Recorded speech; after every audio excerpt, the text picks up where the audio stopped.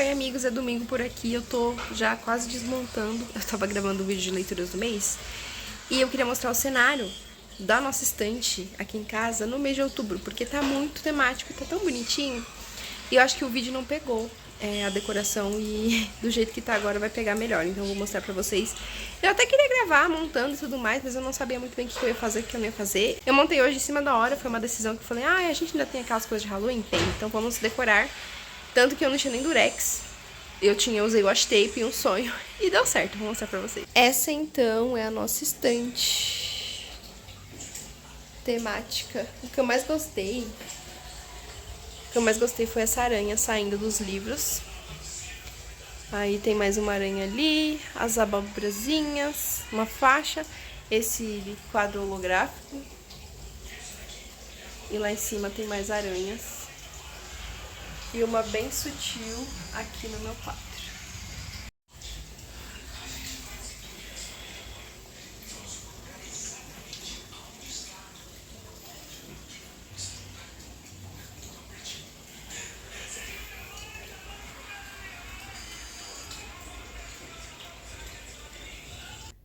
Oi amigos, tudo bom? Segunda-feira por aqui. Hoje é dia 6 de outubro. E eu vou aproveitar sempre que possível, durante esse mês inteiro, o meu cenário de Halloween. Vim atualizar esse vlog porque eu acho que eu não falei do livro que eu tô lendo no momento. Final de semana foi bem bom, mas eu não consegui ler tanto quanto eu gostaria, porque eu sou dona de casa, então é o momento que tem pra lavar, pra cozinhar, pra organizar a vida e pra sair também, por que não? Então não consegui fazer muita coisa em relação à minha vida literária. E hoje eu tava voltando do trabalho, eu cheguei à seguinte conclusão. Eu acho que se eu trabalhasse home office, eu não teria uma rotina de leitura tão volumosa quanto eu tenho. Eu não teria lido tantos livros esse ano quanto eu li, porque quando eu tô de home office eu durmo, né? Eu não tenho uma obrigatoriedade de acordar às 5 da manhã. Eu posso acordar mais tarde do que isso. Então, esse período que eu me desloco, realmente ele é muito bem aproveitado, apesar de super cansativo. Agora vamos falar da minha leitura do momento, que é As Irmãs Blue, da Cocomellers. Eu estou na página 162, no capítulo da Avery. Este livro, amigos, ele tem capítulos longuíssimos. Já aviso para as amigas que não gostam. Eu tô no capítulo 6, na página 162. Mas tem uma coisa positiva nisso, é que os capítulos são longos, mas eles têm muitas quebras de cena. Então, inclusive, eu parei numa quebra de cena aqui. Então, a leitura é fluida ainda assim, não fiquem preocupados enquanto a isso, porque tem livro que tem capítulo de 70 páginas, eu fico cansada e nunca acaba, enfim, não gosto. É um pouco imediatista da nossa parte, não é mesmo? Mas eu acho que eu nem cheguei a falar a sinopse desse livro, né? Não falei. Esse livro vai contar a história de 4 irmãs, ou pelo menos 3 delas, porque uma dessas irmãs morreu. Nós temos a irmã mais velha, que é a Avery, em seguida a Bonnie, depois a Nick e a Lucky. São 4 irmãs de uma família, assim, normal, que não eram ricas, né? Eram uma família que tinha um apartamento ali singelo, em Nova York e tudo mais. E essas irmãs crescem, cada um vai pro seu lado, cada uma faz uma coisa. A Avery se torna advogada, a Bonnie lutadora de boxe, a Lucky é uma modelo e a Nick era professora de ensino médio, de escola infantil, acho, não me lembro exatamente. E cada uma tem, assim, a sua vida, mas cada uma tem um trauma com cada uma dessas coisas. Então, a Avery, ela é uma ex-viciada. Ela teve que passar por uma clínica de reabilitação e tudo mais. A Bonnie, ela lutadora de boxe, muito promissora, até que teve uma luta que acabou com as estruturas dela e ela parou de lutar boxe, se tornou, então, segurança de boate.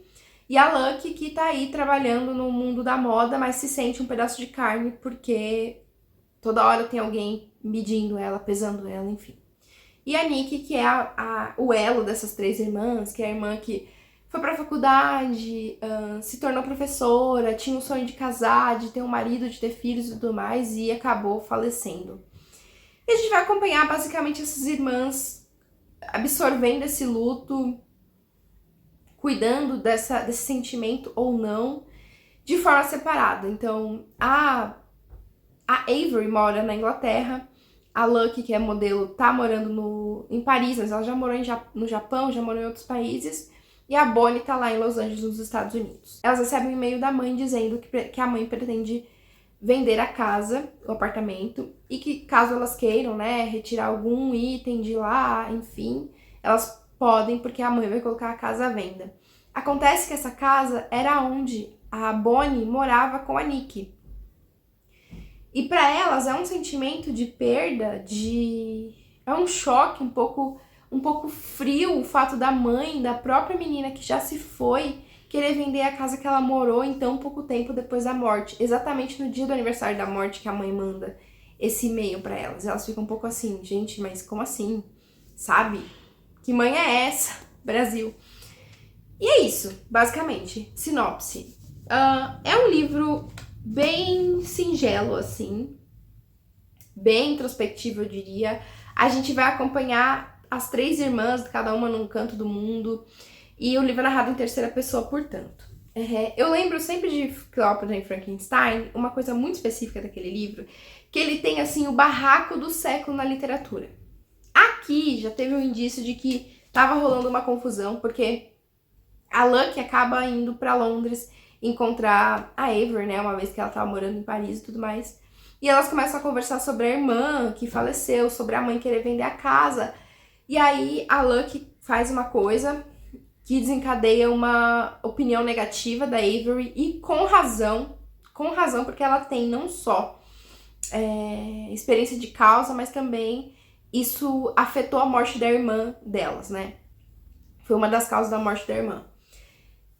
E elas ficam brigando, e a irmã, a namorada da Avery, a esposa da Avery, ela é psiquiatra, ela é terapeuta, na verdade. E ela fica assim, não, mas ela não quis dizer isso, não, mas ela não quis te incomodar, não, mas ela não quis te xingar, não, mas ela não falou isso, não pense dessa forma. E foi muito engraçado, porque elas estavam se xingando, falando, você é egoísta, e a outra de volta, e você, sei lá, uma salafrária, e a mulher no meio, não foi isso que ela quis dizer, vocês estão muito exaltadas. Então foi um mini barraco, assim, interessante de se ler. Não sei pra onde essa história vai, sinceramente, assim, eu tô quase na metade, tô em 40%, não sei pra onde vai a história, mas tá me deixando intrigada e tô achando bem interessante. É isso, amigos, eu vou agora na minha aula, e a gente se vê em outro momento nesse vlog. Oi, vlog, tudo bem? Hoje é terça-feira, são quase umas 9 da noite. Eu não tenho muita atualização de leitura, mas eu já passei da metade, acho que eu tô talvez em 60% de As Irmãs Blue. Mas eu tô aqui pra mostrar pra vocês uma comprinha literária que eu fiz hoje. Príncipe do Vazio, do Léo Oliveira. Este livro, gente, eu nem sabia que ele ia ser lançado, eu descobri umas semanas atrás. O Léo, não sei se vocês conhecem, deixa eu pegar aqui, mostrar a foto do Léo. O Léo é um ex-booktuber, porque ele nunca mais gravou.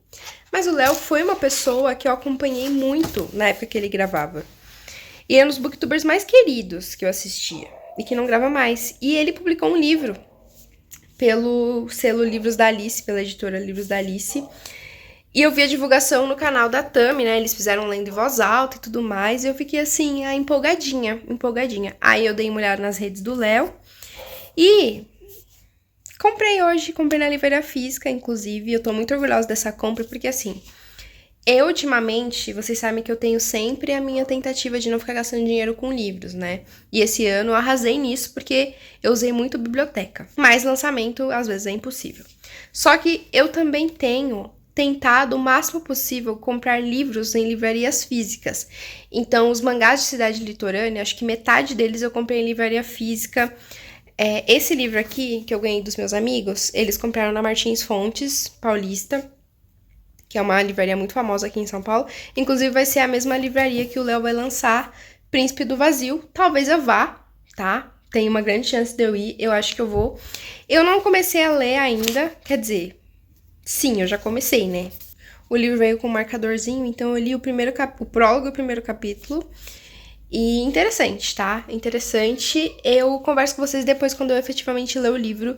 Mas eu já preciso adiantar que é a primeira vez que eu leio uma romantasia protagonizada por um homem. E por um homem gay, ainda por cima. Então, Enfim, tô empolgada com essa leitura. Eu tô com vontade, gente, seriamente, de amanhã deixar as Irmãs Blue em casa. Mas como eu já tô bem avançada nessa leitura, eu vou levar ele, vou conter-me.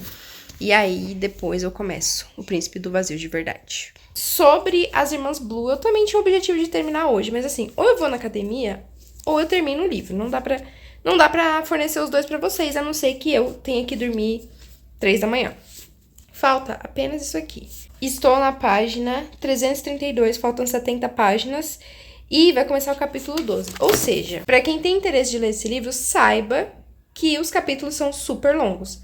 Mas não é um livro cansativo porque tem muitas divisões de cenas. Mas é isso, eu vou lá na academia fazer o meu trabalho, dar orgulho pra minha psicóloga, pra acabar minha ansiedade. Gente, eu tô indo na academia, eu vou dar orgulho pra muitos profissionais.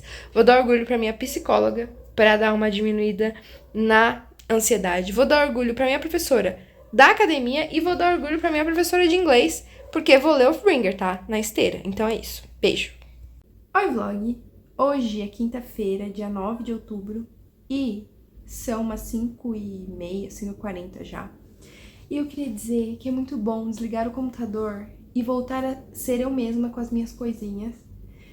Tirar a minha roupa corporativa, os e-mails estressantes e simplesmente poder falar do que eu gosto, que são livros.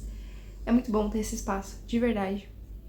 E essa semana tá sendo uma semana muito atípica na minha vida, pois o Matheus não está em casa. Ele tá vivendo uma experiência, tá viajando praticamente, e eu tô sozinha em casa. E é muito engraçado ele não tá aqui, porque eu já tive a experiência de morar sozinha, né, quando eu morei em República, mas quando as meninas estavam de férias da faculdade, eu tava lá trabalhando, então meio que morei sozinha nesse período. E agora eu tô em casa sozinha esses dias, vão ser uns 4 dias. E é uma experiência. Sinto falta dele, tá? Não tô falando que é bom ter um tempo só pra mim, mas eu sinto falta dele. E aí eu tenho que eu mesma levar o lixo. Onde já se viu isso? Sabe? Eu tenho que fazer umas tarefas que são dele, mas tudo bem. Vim aqui falar sobre as minhas leituras dessa semana. Hoje eu fiz home office e foi um dia bem bom, porque hoje não choveu. Ontem, quando eu ia pra academia ontem à noite, depois que eu cheguei do trabalho, assim, quase 8 da noite eu decidi ir pra academia. Começou a cair uma chuva, eu tava vestida, pronta e com vontade de ir. Aí eu desisti e acho que eu até gravei um take. E hoje eu fui na hora do almoço e foi bem bom, fiz um treino bem rápido, porque, né, eu preciso chegar em casa, lavar o cabelo e almoçar. E eu almoço enquanto tô trabalhando já, porque não dá tempo de almoçar. Infelizmente, a gente tem que negligenciar algumas coisas. Mas vamos falar das minhas leituras, certo? Eu vou pegar o livro porque ele não tá aqui. Terminei As Irmãs Blue ontem, não.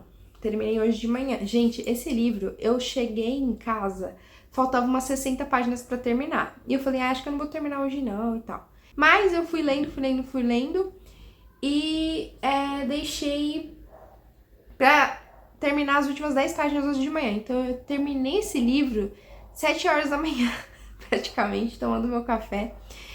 E eu entendi por que as pessoas choraram, principalmente quando eu li os agradecimentos da autora. Então, se você leu esse livro, prestou atenção, assim, na finaleira ali, no último capítulo pelo qual as 3 irmãs se juntam, é porque a autora estava passando por uma coisa na vida pessoal dela. Então, eu achei muito interessante.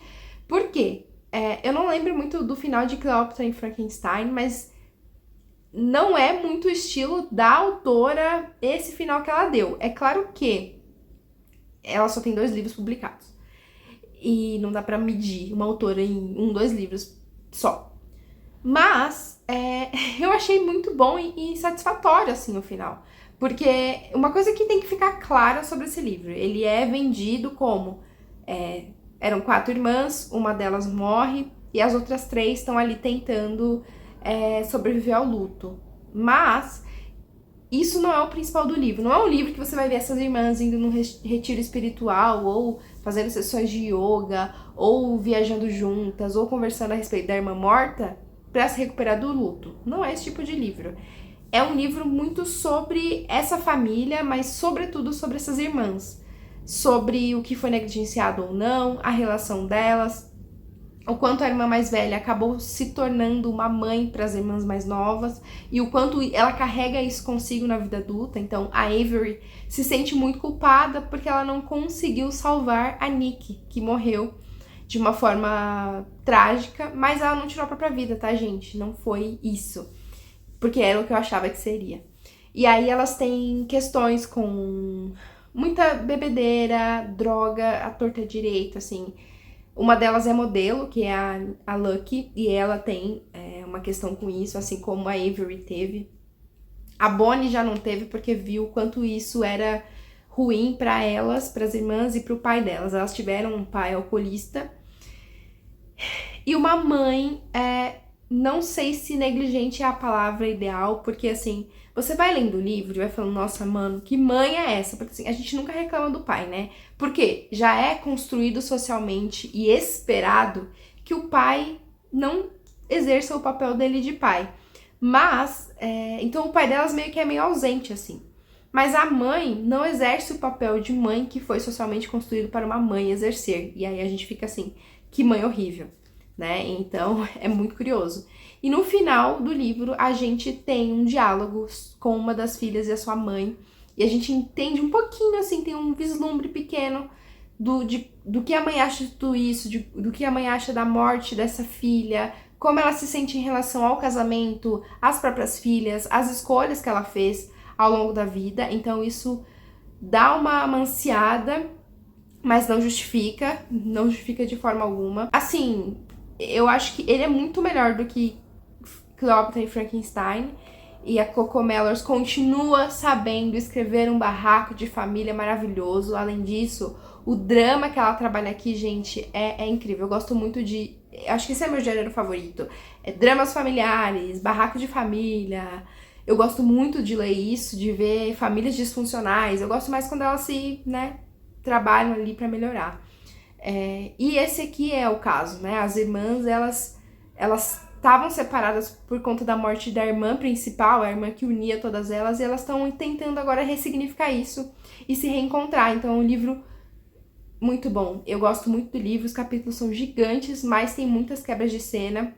E aqui não tem personagem jogado, como tinha um pouco lá no Cleópatra e Frankenstein. Então, as Irmãs Blue, olha, obrigada todo mundo que me deu esse livro, porque eu realmente gostei muito da leitura e devorei o livro. Agora, vamos falar da minha leitura atual, que é tchan, tchan, tchan, Príncipe do Vazio, do Léo Oliveira. Eu tava muito empolgada pra esse livro, depois que eu vi a divulgação e tudo mais, e muito contente de acompanhar esse momento, porque o Léo, como eu disse, não sei se eu disse, mas o Léo é uma pessoa que eu acompanhei por muito tempo no YouTube enquanto ele publicava. Eu só parei de acompanhar porque ele parou de publicar vídeo no YouTube. E ver ele lançando um livro é muito legal. Eu já li um conto do Léo, se não me engano, e eu tinha gostado bastante. E agora, o livro dele, por uma editora tradicional e tudo mais. Eu já tô, galera, na página 90, então é um livro que voa muito. Preciso dizer pra vocês que tem uma cena que eu tô, assim, querendo ir na casa do Leonardo e falar, por favor, escreva mais sobre este ambiente. Porque tem um ambiente aqui, um ambiente de biblioteca. Mas não é o clichê, é uma biblioteca pra estudar, não é isso. É uma biblioteca que tem uma galera lá dentro, não vou dar spoiler, enfim, uma galera meio morta, assim, uma coisa meio mórbida. Mas o jeito que entra na biblioteca, o acesso à biblioteca, eu achei tão legal a forma como ele descreveu. Eu tô até agora assim, que legal, queria voltar lá, apesar de ser um lugar meio assustador. Príncipe do Vazio vai contar a história de Eros, que é o príncipe do Reino de Colinas. Ele vai passar por uma espécie de competição, não ele, mas pessoas vão passar por uma competição para conseguir a mão deste príncipe. Basicamente, um casamento meio que arranjado. Além disso, o Eros tem uma relação muito difícil com o pai, e ele não gosta do pai, o pai, cometeu violências contra o pobre do menino quando ele era criança e tal. E ele tem o fardo de carregar um reino nas costas, sendo que ele só queria ser livre. Isso é um clichê de fantasia, tá? Não tô discutindo isso. Mas é muito engraçado o pobre menino rico reclamando de ser o pobre menino rico. Aqui tem isso também. Mas o Eros é um personagem muito apaixonante.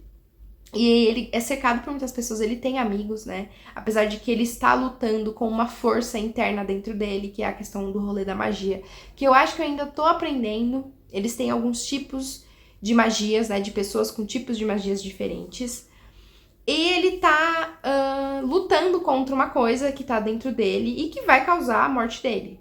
Mais cedo ou mais tarde, né? E ele quer não morrer, de preferência. Além disso, tem todas as pessoas novas no castelo, são enviados de outros reinos, então às vezes é o príncipe ou a princesa, ou alguém importante de outro reino que vai competir pelo casamento. Ele não fala exatamente de casamento, né, mas por ser o consorte do Eros. E o legal nesse livro é que não importa se é um homem ou uma mulher, ou se é uma pessoa não binária, não tem problema, porque aqui o Léo falou até no vídeo que o livro abarca todas as letras do LGBTQIAP+. Isso eu achei muito interessante. Mas, ele não quer isso, né? Ele queria ser uma pessoa como qualquer outra. Eros queria, então, ser apenas uma camponesa, mas o pai dele não deixa muito. E é isso que a gente vai acompanhar ao longo do livro. Eu tô achando muito divertido e a leitura é muito fluida. Eu só queria que o Léo desse mais tempo de tela em alguns ambientes, porque eu sinto que ele corta muito as cenas muito rápido, assim. Mas é um livro curtinho, gente. De fato, não tem o que fazer.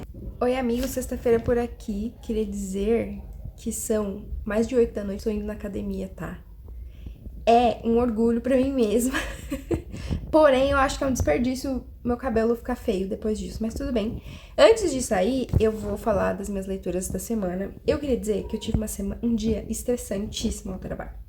E eu só queria voltar pra minha casa, pra minha vida, e ser apenas uma garota, entendeu? E cuidar das minhas coisinhas, dos meus livros e enfim. Então, vou pra academia pra dar uma extravasada também. Vou treinar braços hoje, porque ontem... Eu fui ontem. Ontem eu não fui porque choveu. Ah, não, eu fui no home office, né? Eu fui na hora do almoço. Quarto que eu não fui. E estamos aí tentando, porque amanhã eu não vou conseguir ir, domingo não abre, enfim. Mas, hoje, então, eu li um pouquinho de Príncipe do Vazio. Faltam umas 100 páginas pra eu terminar. Eu tô gostando do livro, eu tô me divertindo com o livro, mas eu tenho muita dificuldade...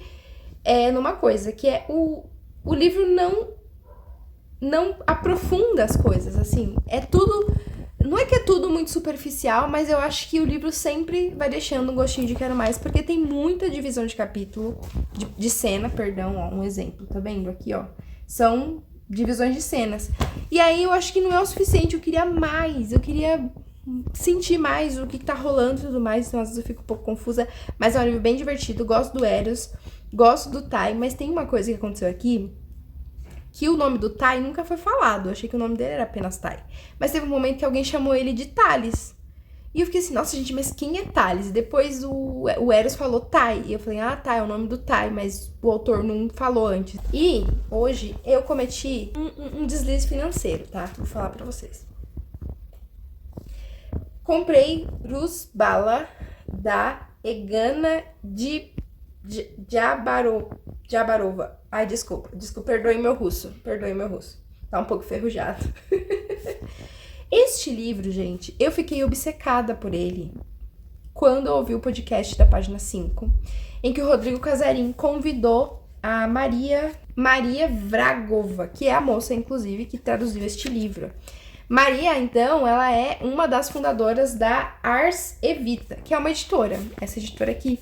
E eles publicam literatura russa contemporânea e também tem alguns palestinos. Eu acho que eles publicam ali, né, parte do Oriente Médio, não só Rússia, mas como também autores às redondezas ou de países que fizeram parte da União Soviética.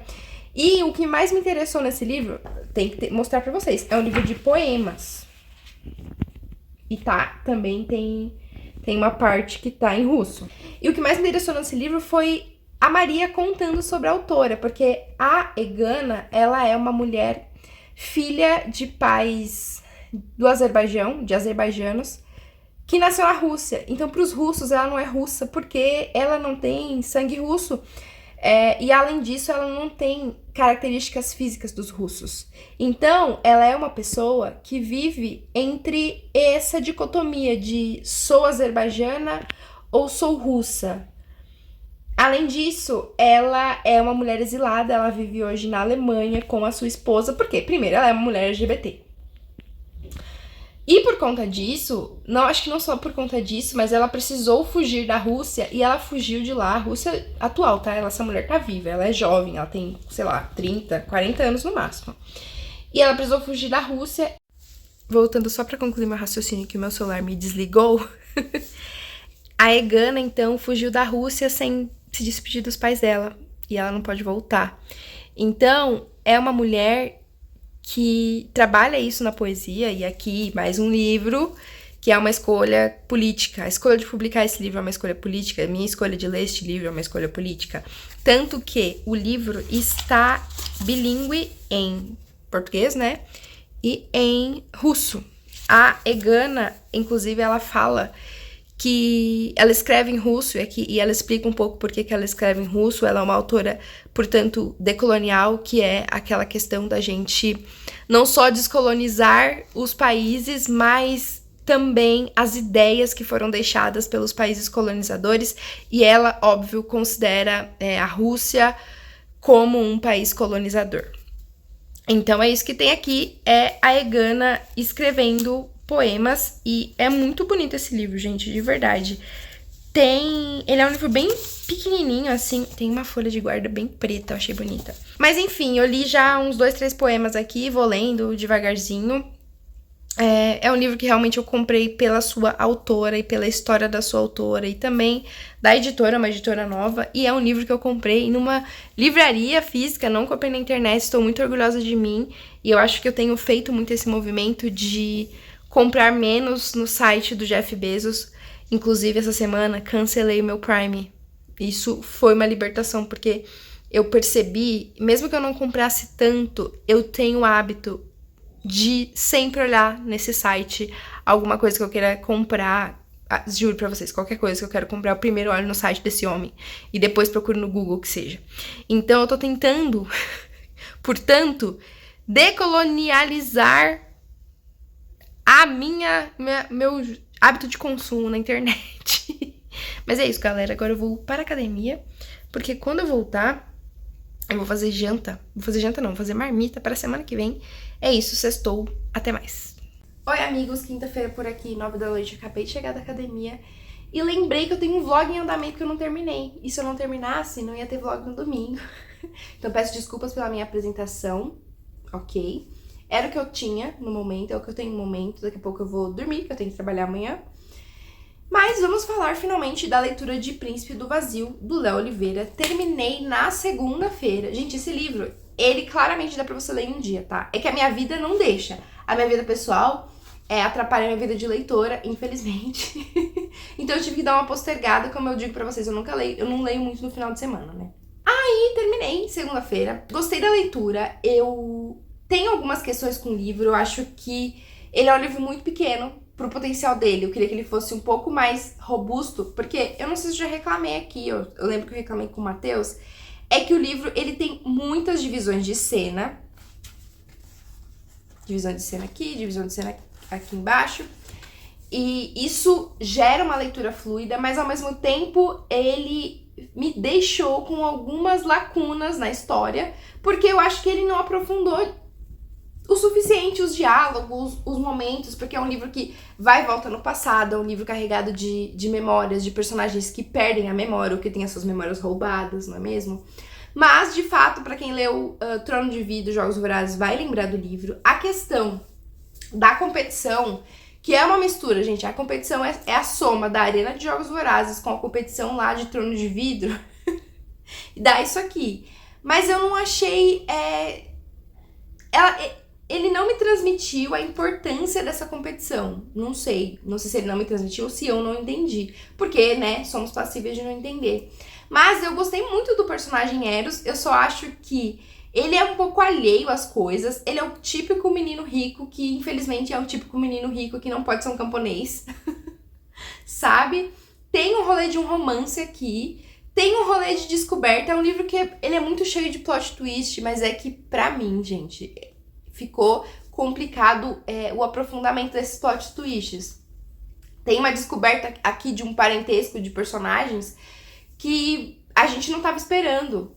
E aí ele fala e você fica, gente, mas e a consequência disso? Eu queria ver mais. Assim, o livro me deixou um sentimento de eu queria mais. Esse que é o ponto. Então, o livro não é ruim. Eu não achei o livro ruim. Eu gostei muito. Eu me diverti muito. Foi uma delícia de ler a escrita do Léo. E eu preciso dizer que este livro, ele tirou um preconceito literário que eu tinha. Que é o seguinte, gente. Eu acho que eu nunca li fantasia escrito por autor brasileiro. Por autor nacional. Ou por autor que não seja de um país que não... Os Estados Unidos, basicamente. E ele me abriu as portas pra olhar com mais carinho pra cá, pra dentro. Porque vocês sabem que eu tenho muito... essa questão de sair do norte global nas minhas leituras, só que eu não fazia isso com fantasia. Eu só lia Sarah J. Maas, Brandon Sanderson, George Martin, sei lá, essa galera toda. E tem uns gringos que escrevem uns livros de fantasia ruim pra caramba, sabe? Então, me abriu as portas, me abriu a mente pra ler mais fantasia. Eu tenho 2 em mente que eu quero ler. Acho que não esse ano, mas... ano que vem vão estar na minha lista, eu acho isso importante. 2 não, agora eu lembrei, eu tenho 3 que eu quero ler. Eu vou até falar pra vocês.